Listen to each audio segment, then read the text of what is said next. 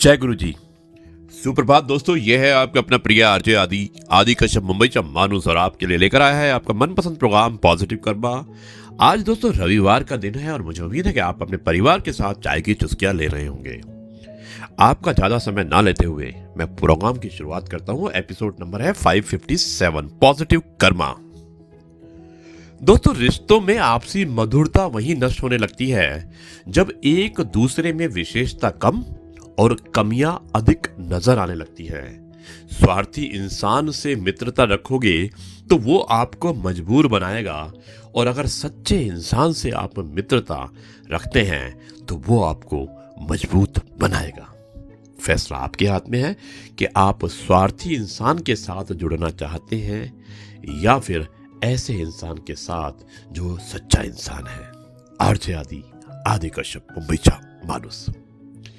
दोस्तों, आरजे आदि विशेष अलग हो जाए, इसमें मैं आपको आज एक विशेष बात बताने वाला हूं बच्चों के बारे में। एक पुरानी बातें हैं जो आजकल के बच्चों के साथ कंपेयर किया गया है, जो वो नहीं समझ सकते कि पुराने जमाने में किस तरह से जो बच्चे होते थे एक अपना पंजा होता था। अगर उनकी पिटाई भी हो जाती थी उसके बाद भी वो कुछ नहीं बोलते थे। और आजकल के बच्चे को आप डांटते हो तो वो बहुत शिकायत भी करता है और साथ में वो आपसे नाराज हो जाता है। शुरुआत करता हूं इस कार्यक्रम के कुछ इस प्रकार। दोस्तों, आज के बच्चों को मैं बताना चाहता हूं कि पुराने जमाने में जो पिटाई हुआ करती थी उसके कारण क्या थे। तो उसके कारण थे कुछ इस प्रकार। जो बच्चों की पिटाई होती थी दोस्तों, अगर वो पिटने के बाद नहीं रोते थे तो उनकी पिटाई होती थी। पिटने के बाद नहीं रोने पर पिटाई होती थी, पिटने पर पिटाई होती थी, और बिना पिटे अगर वो रोते थे तो फिर पिटाई होती थी। दोस्तों के साथ अगर खेलने कूदने जाते थे तो उनकी पिटाई होती थी, और दोस्तों के साथ अगर नहीं खेलने कूदने जाते थे तो भी उनकी पिटाई होती थी। जहां बड़े बैठे हों तो वहां टहलने पर, यानी कि जहां पे बड़े लोग बैठे हैं वहां पर अगर आप टहलना शुरू कर दें तो आपकी पिटाई हो जाती थी। और बड़ों को अगर आपने जवाब दे दिया तो आपकी पिटाई हो जाती थी, और अगर बड़ों को आपने जवाब नहीं दिया तो भी आपकी पिटाई हो जाती थी। दोस्तों, पिटाई का एक कारण यह भी था कि अगर बहुत समय तक आप बिना पिटे रहते हैं तो हमारे पेरेंट्स सोचते थे कि भाई अब तो पीटना बहुत जरूरी है, और उपदेश पर गाना गुनगुनाने पर भी पिटाई होती थी। और अगर आपके घर में मेहमान आ जाते हैं और मेहमान को आप प्रणाम नहीं करते हैं, उनके पैर नहीं छूते हैं तो आपकी पिटाई हो जाती थी। और अगर मेहमानों के लिए बनाए हुए नाश्ते पर हाथ साफ करते हैं, यानी कि नाश्ता बनाया है मेहमानों के लिए लेकिन हम छोटे बच्चे हैं और हम पहले से ही उसमें से कुछ निकाल कर खाना शुरू कर देते हैं, तो हमारी पिटाई हो जाती थी। दोस्तों, मेहमानों के जाते समय हम ये भी कहते थे कि हमें उनके साथ जाना है, हम जिद करते थे, और अगर हमने जिद कर दी तो हमारी पिटाई हो जाती थी। और अगर हम खाने को मना करें तो भी पिटाई हो जाती थी। सूर्यास्त के बाद घर आने पर भी पिटाई होती थी, यानी कि सूरज छुपने के बाद अगर आप घर पहुंचे तो आप सोच के रखिएगा कि आज आपकी पिटाई होने वाली है। अगर आप पड़ोसियों के यहाँ पे खाना खा लेते हैं तो पिटाई होती थी, और अगर आप जिद्दी हैं, बहुत उत्साहित हैं, तो भी आपकी पिटाई होती थी।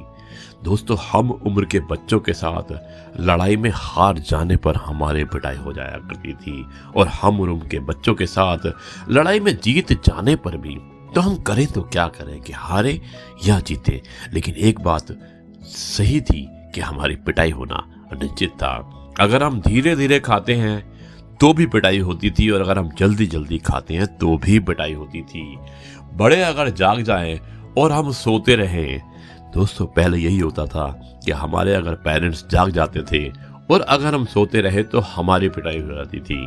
और अतिथियों को खाते समय अगर हम देखते हैं मेहमानों को खाते हुए तो हमारी पिटाई होती थी। और चलते समय अगर हम फिसल कर गिर जाते हैं तो पिटाई हो जाती थी। बड़ों के साथ नजरें मिलाएं तो पिटाई हो जाती थी, और बड़ों के साथ नजरें नहीं मिलाएं तो हमारी पिटाई हो जाती थी। दोस्तों, बड़ों के साथ बात करते समय पलक झपकने पर भी पिटाई हो जाती थी, क्योंकि वो कहते थे आई टू आई देखकर बात करो। और अगर बड़ों के साथ बात करते समय पलकें नहीं झुकाएं तो उस पर भी हमारी पिटाई हो जाती थी। और अगर हम रोते हुए बच्चे को हंसते हुए देखते थे तो भी हमारी पिटाई हो जाती थी। दोस्तों, पहले का जमाना कुछ और था, उस पिटाई का आनंद कुछ और था, उसमें एक अपनेपन का एहसास होता था। हमारे पेरेंट्स ने कभी हमारी पिटाई हमें परेशान करने के लिए, हमें दुखी करने के लिए, हमारे मन को चोट पहुंचाने के लिए नहीं की, बल्कि हमारे इम्प्रूवमेंट के लिए, हमारी भलाई के लिए की है। और यही एक कारण है कि आज जो भी हम सफल हैं, सक्सेस हैं, जिस भी मुकाम पर हैं, उसमें काफ़ी हद तक जो श्रेय जाता है वो हमारे पेरेंट्स, हमारे बुजुर्गों का, हमारे माता पिता का जाता है। दोस्तों, मैं आज की जनरेशन को यही कहना चाहता हूँ कि अगर आपके पेरेंट्स आपको डांटते हैं या आपकी पिटाई भी कर देते हैं, उसे आप गलत मत लीजिएगा। उसमें उनका छुपा हुआ प्यार है, उसे अवश्य देखिएगा। यह है आपका अपना प्रिय आरजे आदि कश्यप मुंबई से मानुस, और आपके लिए लेकर आया आपका मनपसंद प्रोग्राम पॉजिटिव कर्मा। अब मैं इस कार्यक्रम को यहीं पर समाप्त करता हूं और कल आपसे एक बार फिर मुलाकात होगी कुछ नई बातों के साथ। तब तक के लिए कहता हूं नमस्कार, जय हिंद, वंदे मातरम, भारत माता की जय। जय जवान, जय किसान, जय गुरु जी, शुक्राना गुरु जी।